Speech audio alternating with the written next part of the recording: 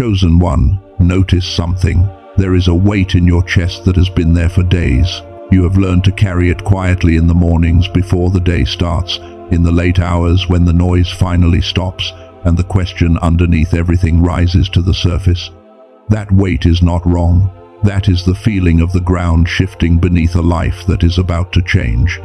God saw your week before it began. He saw every day of it, the decisions waiting, the doors you don't yet know are about to open, the fear that keeps you one breath behind your own breakthrough. He saw it all, and he did not stay silent. He does not let his chosen walk into a significant season without sending word ahead. Not because you need to be warned, because you need to be prepared. Most people miss the message because they are waiting for thunder. It doesn't come like that. It comes like this, quietly, specifically, at the exact hour the soul is finally still enough to receive it. You are here because something guided you here, and that is not coincidence.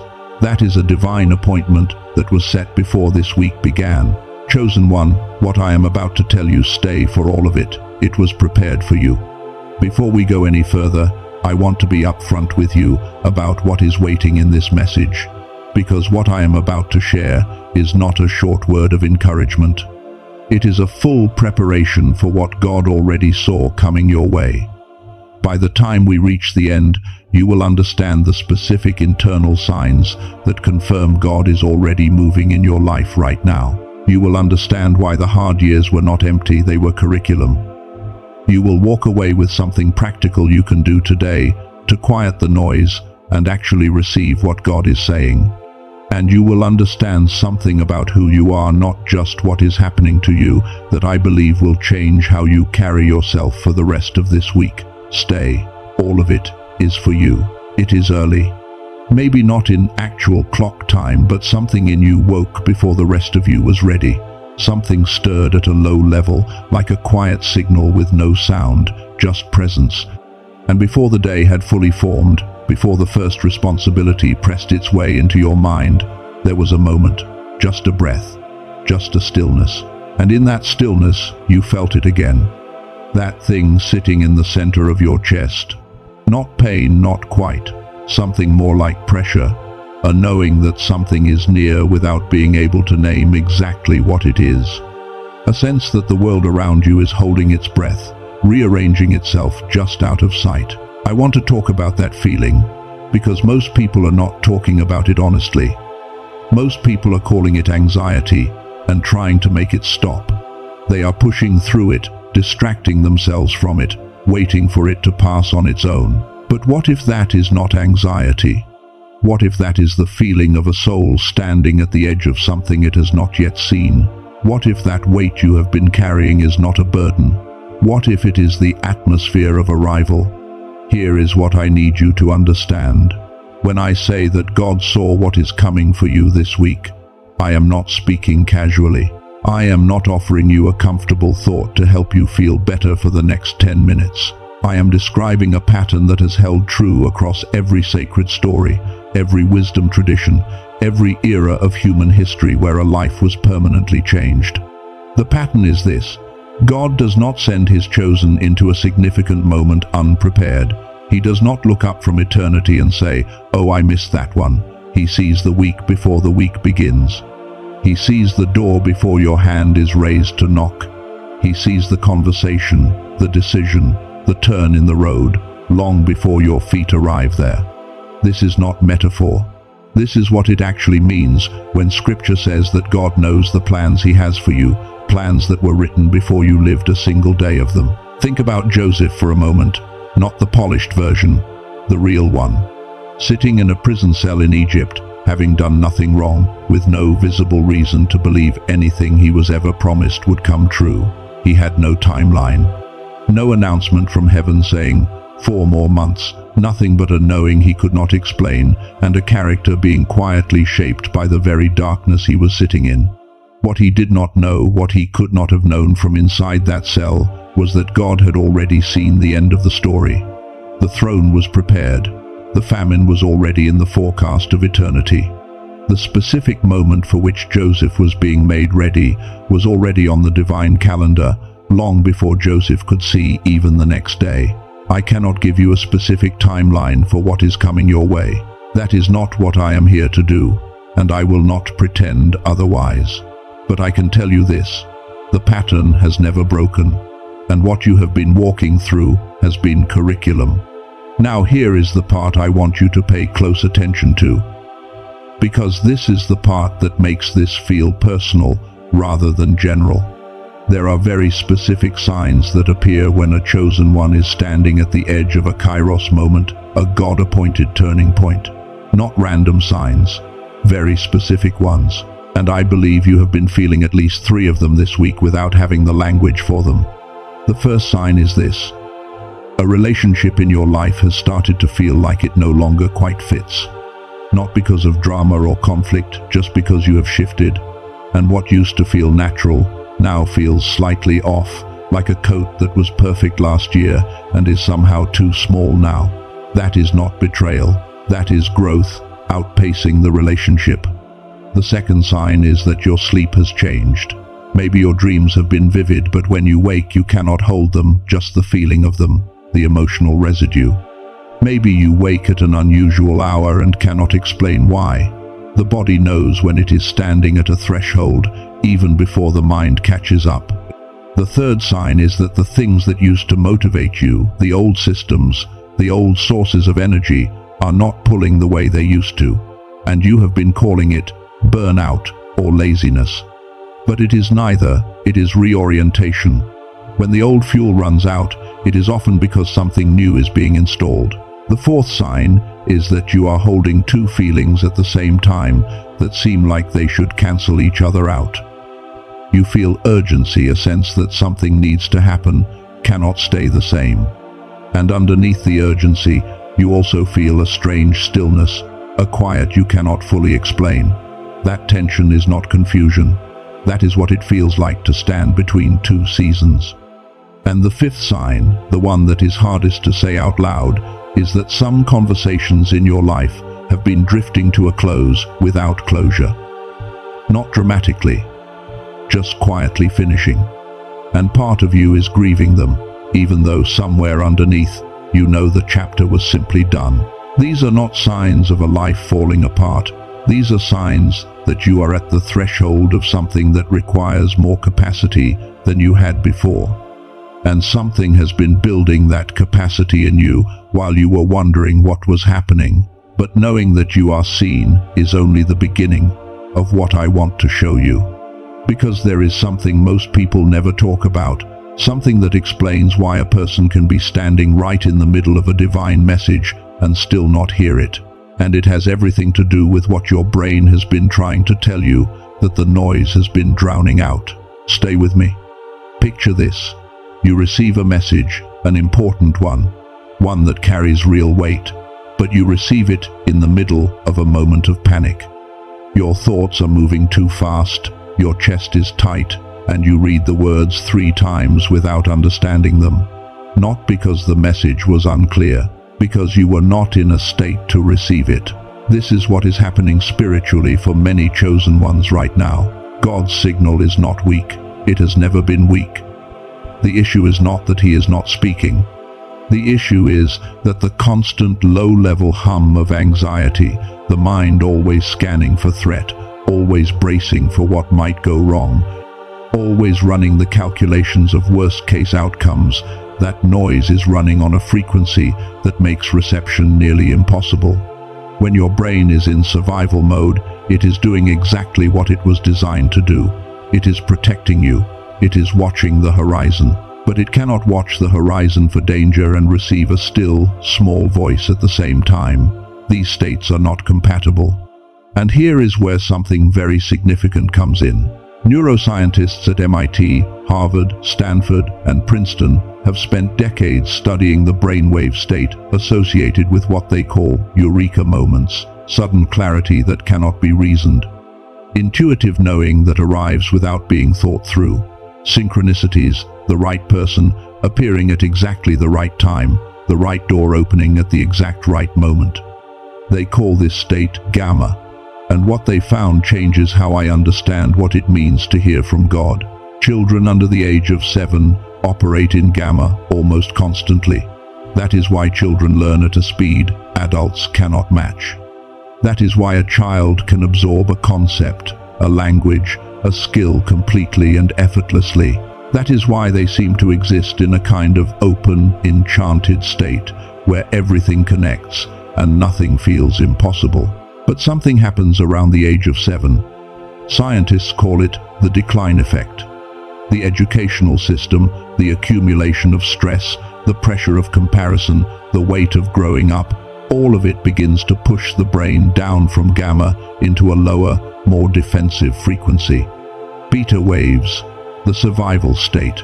And by adulthood, most people have almost completely lost access to the frequency they were born with. Now here is what I want you to hear. Because this is not just neuroscience. What the ancient teachers called the frequency of God, that state of heightened sensitivity, of open reception, of being able to perceive what the ordinary mind cannot, and what scientists call gamma, I believe they are describing the same state from 2 different languages. God wove this frequency into your design. It was your original operating system, and the world turned it down. A neuroscientist named Dr. Robert Lake spent 34 years studying this specific problem, and he developed something I want to share with you, not because I am here to sell you anything, but because what he built is directly relevant to what I am teaching you right now about the state of receiving. He compressed the core of brain entrainment technology, a science-backed method for guiding the brain back toward its natural gamma state, into a 7-minute audio track. Not meditation, not mantra, not a practice that takes months to learn. You put on headphones, you close your eyes, you listen for 7 minutes, and your brain begins to return to the frequency it was designed to carry. I want to be completely honest with you. This is a tool, it is not a prophecy machine. It will not tell you specifically what God is sending into your week. What it will do is quiet the noise, the survival buzz, the low-level static of anxiety that has been running underneath everything. And in that quiet, I believe you will begin to hear what has been waiting to reach you. To access the kind of gamma state traditionally, people pay $300 per hour for biofeedback therapy sessions, or they purchase equipment that costs close to $7,000 for home use. Dr. Lake made this available as a digital audio file that arrives directly to your email. The standard price is $49, but for the people receiving this specific message, he made it available for $39, a price that does not exist anywhere else. Not on Amazon, not on any other platform, not anywhere you could search for it. That $39 also includes 4 bonuses, an audio track specifically designed to help children activate focus and confidence, the original book that inspired the film The Secret, the real financial version, not the diluted one which normally sells for $20, a guided visualization covering the 4 areas most people are actively trying to transform, and an infographic of the 5 most important daily habits for building a life aligned with your calling. All of it backed by a 100% money-back guarantee with no conditions and no explanation required. One thing I need to say clearly: there are websites and products circulating under the name Genius Song that do not carry the actual brain entrainment technology. They are audio files in name only, without the real science embedded in them. The only way to receive the genuine product with the real technology, all 4 bonuses, and the full money-back protection is through the link I have placed in the description and in the pinned comment of this message. Please do not look for it anywhere else. If something in you said yes, if you felt a recognition when I described the noise and the quiet you are longing for, the link is waiting for you there. For whoever feels called to it. For everyone else, stay. Because the deepest part of this message is still ahead. Even without any tool, there is something you can do right now that begins to shift the state of your receiver, and you can do it exactly where you are, without moving. Think of the specific worry that has been loudest in your mind this week, the one that keeps circling, keeps returning, keeps landing in the center of your thoughts the moment you stop distracting yourself. Do not push it away. Instead, give it a sentence. Name it. Something like, I am worried about this situation. I am afraid of how this will turn out. Naming it moves it from the underwater noise, the thing running you from below the surface, into something you can actually see. And something you can see, you can address. Something you can only feel, it just runs you. Once you have named it, do this. Not dismiss it, not fix it right now, just place it. Step back from it the way you might step back from something on a table to get a better look at it. Say to it, somewhere in your mind, I see you. You are real. But you are not the most important thing in this moment. And then, this is what changes everything. Ask with open hands. Not the prayer that demands an answer on a timeline. Not the version that is really just a list of things you need managed. Something quieter. Something like, I am here. I am listening. Whatever you prepared for this week, I receive it. I do not need to see it yet. I receive it. This is what Mary did. Not a supernatural immunity to uncertainty, not a formula, just an open posture, an unclenched hand. She did not understand the mechanism of what she was being asked to carry. She asked, how will this be, not as doubt, but as genuine reception? And that posture was the thing that made her able to carry what she was given. Think of an eagle in a storm. The eagle does not flap harder to rise above it. It finds the thermal, the invisible column of warm air, already rising from the earth, and it simply opens its wings. The lift is already there. The eagle does not create it. It does not earn it. It just opens. The thermal for your week is already rising. God set it in motion before the week began. The only question is whether your wings are open. But there is one more thing I have not yet told you, and this part changes not just how you receive this week. It changes how you understand the last several years of your life. Stay with me. Chosen one, I need to ask you something. And I want you to actually sit with it rather than rush past it the way we rush past the things that are meant to land deepest. What if the season that felt like God had forgotten you was actually the season He was most actively preparing you? I am not going to gloss over this. I am not going to tell you the hard years were easy, or wrap your pain in a bow and call it a blessing before you are ready to receive that. That kind of talk is cheap. You have heard enough of it, and it has not helped. What I am saying is something different. What I am saying is that the wilderness, the years of waiting, the prayers that seemed to go nowhere, the watching from a distance while others moved forward, was not empty. It only looked empty from the inside. From outside of time, from the vantage point of eternity, it was one of the most active seasons of your entire formation. Go back to Joseph, not the part where he is standing before Pharaoh with the ring on his hand and the nation at his feet. Go further back. The pit, the years in Potiphar's house, the prison cell in Egypt where no one who mattered knew his name. 3 separate seasons of being held back, held down, and held in place, and every single one of them built something specific, something that could not have been learned any other way. In the pit, he learned to trust without sight. When there is nothing to see and nothing to hold on to, and no evidence that anything is going to change, and you still choose to hold on, that becomes a quality in you that cannot be manufactured. It becomes unshakable faith, not the kind you get from a good week, the kind that is forged in a very bad year. In Potiphar's house, he learned to lead with integrity under authority. He did not have power, he had character. And he served with that character even when no one who mattered was watching and no reward was in sight. What he was building there was not a resume, it was a foundation. In the prison, he learned to serve without recognition. No applause, no reward, no one standing up to say this has value, keep going. He just did the next right thing, and then the next, and then the next.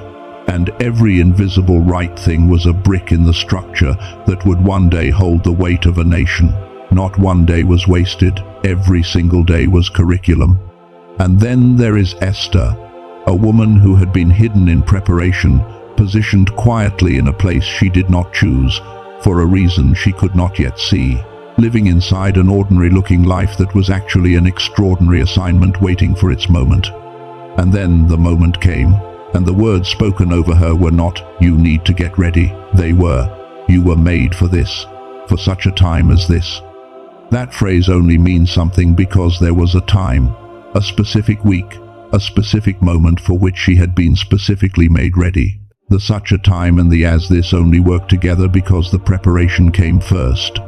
God saw your week this week the same way he saw Esther's moment, not as a surprise he had to manage in real time, not as a situation he is hoping you can survive. As a door he has been building your capacity to walk through, one hard season, one formation layer, one wilderness morning at a time. Now I want to name what was built in you, because I do not think you have given yourself credit for what the hard season actually produced. The first thing formed in you through the wilderness is depth of compassion. You have been wounded enough to understand, not sympathetically, not theoretically, to actually know what it feels like when someone else is wounded. That knowing makes you a different kind of presence in a room. You see what others walk past. You say the things someone needed to hear because you have desperately needed to hear it yourself. That is not a soft quality. That is an assignment. The second thing is clarity. The wilderness strips away what was not real. It takes the identities handed to you from the outside, the performances you were keeping up, the things you thought you needed but only needed in the old version of your life, and it removes them, one by one, until what remains is what you actually are. That clarity is not comfortable to arrive at, but once you have it, it is yours permanently. The third thing is a knowing that cannot be shaken anymore. You survived the thing you were certain you could not survive. You kept going past the point where you had every rational reason to stop. And that is not nothing. That is evidence. Your own history is now testimony that you are built for more than you have been giving yourself credit for. And what is arriving this week will not break you. It will reveal what was forged. But there is one obstacle I still need to name, because it is the thing standing between you and full reception of everything this message has been pointing toward. It is the need to control what is coming. And I say this with deep compassion, because this is one of the most human things that exists. You learn to hold tight, because letting go once meant loss. Your nervous system learned that uncertainty is where the bad things live, and so it learned to plan for every possible outcome, to manage, to anticipate, to make sure nothing could catch you off guard again. And I am not telling you that was wrong. That was survival. That kept you functioning when you had every reason to fall apart. But what God has prepared for this week cannot be controlled into your life. It can only be received. And receiving requires the one thing that feels most dangerous to someone who has been hurt by the unknown before. It requires open hands, not passivity, not the absence of desire or preparation or effort. Open hands means this and only this: I do not need to know the mechanism. I trust the outcome. Say that somewhere in your mind right now. Let it rest there for a moment. I do not need to know the mechanism. I trust the outcome. That is not weakness. That is the most advanced spiritual posture there is. And now I want to show you the deepest truth of everything I have said. The one that makes every previous revelation snap into a different, larger frame. The one that changes not just how you receive this week, but how you understand who you are standing in the middle of it. God did not just see what is coming to you this week. He saw what is coming through you. Stay with that, because I do not want you to let it go by the way we let the most important things go by too quickly before they have had a chance to change something in us. You have been thinking about this week in terms of what you need to receive. What is shifting in my direction? What door is about to open? What blessing is finally arriving? And that is real. That is a legitimate part of this, but it is not the whole sentence. The chosen ones are not merely people to whom something extraordinary is delivered. They are people through whom something extraordinary moves into the world. The message does not just arrive to them.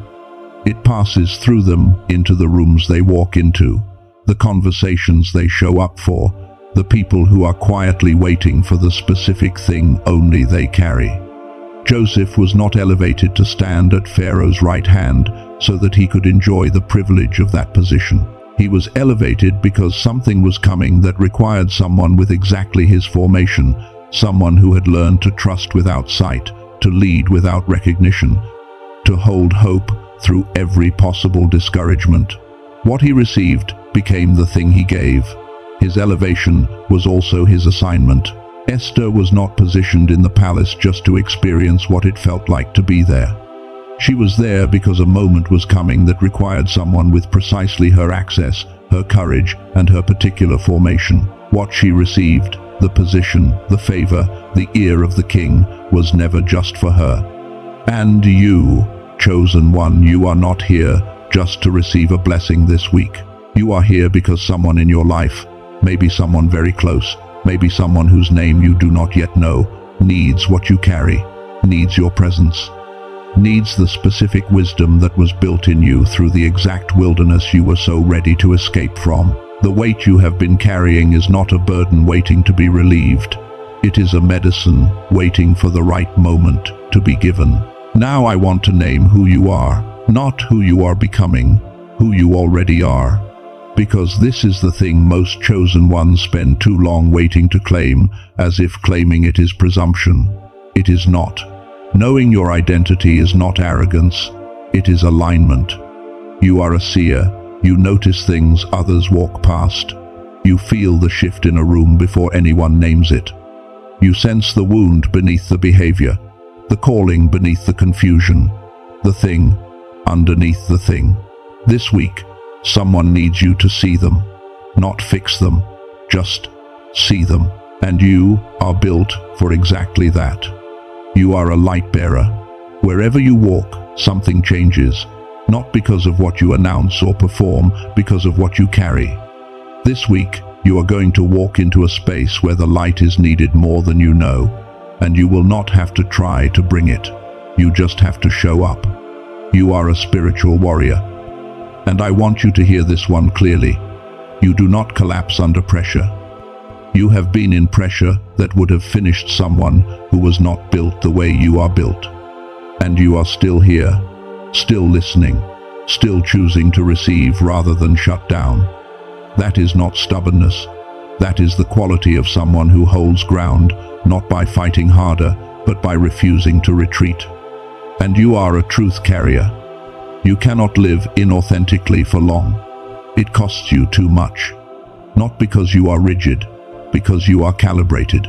Something in you knows the difference between what is real and what is performance. And this week, that calibration is exactly what is needed in the specific conversations heading your way. These are not titles you are working toward. These are descriptions of who you already are, formed through everything you walked through to get here. So this week, when a decision is in front of you, do not ask what is the safest choice.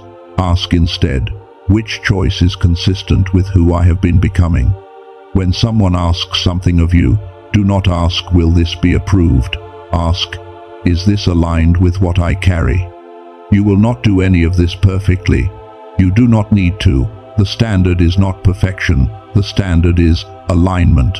And aligned steps, even small, uncertain, imperfect ones, are enough. And for the part of this week that is still waiting, the door not yet open, the answer still standing at a distance, the promise still arriving here, is what I want to leave with you. Do not stop being who you are while you wait. The waiting is not a suspension of your life. It is the last mile of the formation. And the person who arrives at the open door is not the same person who started the journey, which means not one day of the wait was wasted, not one morning that felt empty, not one prayer that seemed to go nowhere. I cannot tell you exactly when the shift will arrive.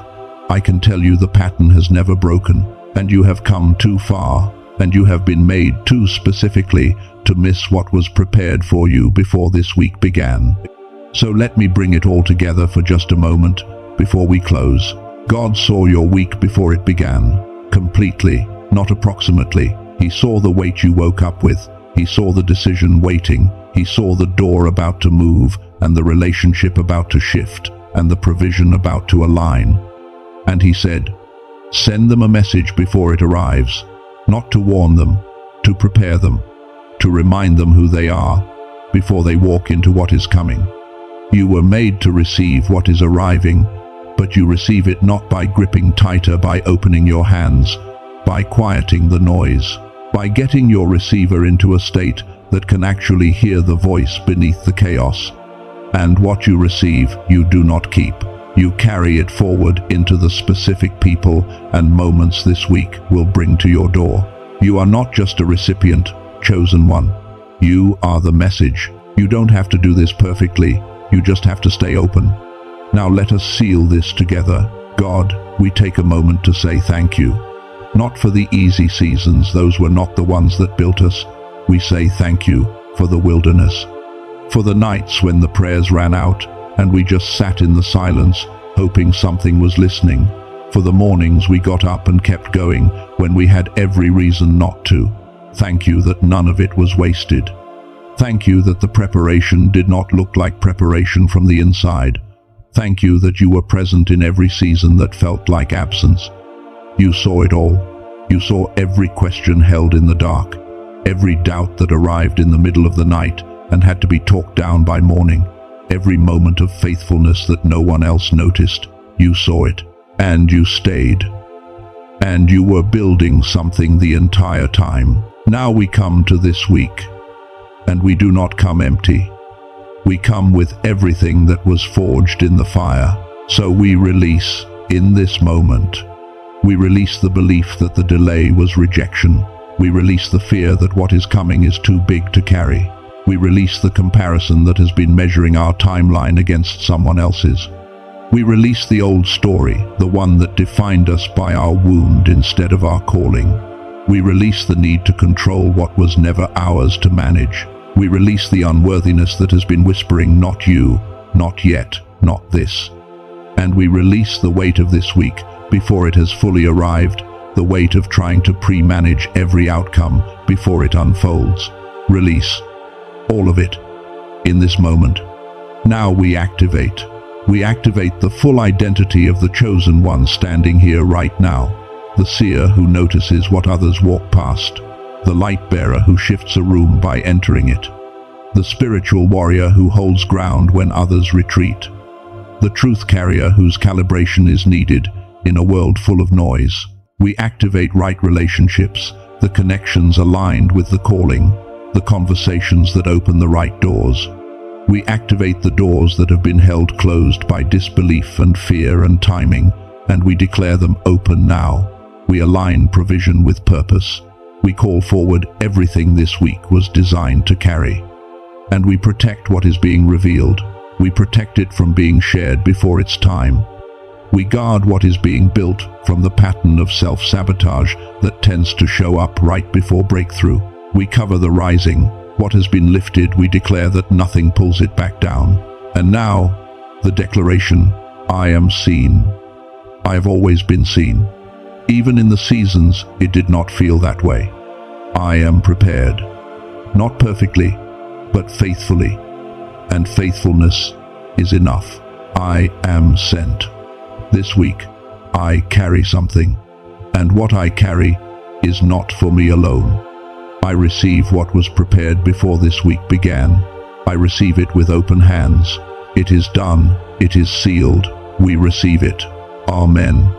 If this message landed somewhere real for you today, if something in you recognized itself in what you heard, I want to invite you to do one thing. Type the word prepared in the comments right now. Let it be your declaration for this week. Let it be a marker that you received what was meant for you.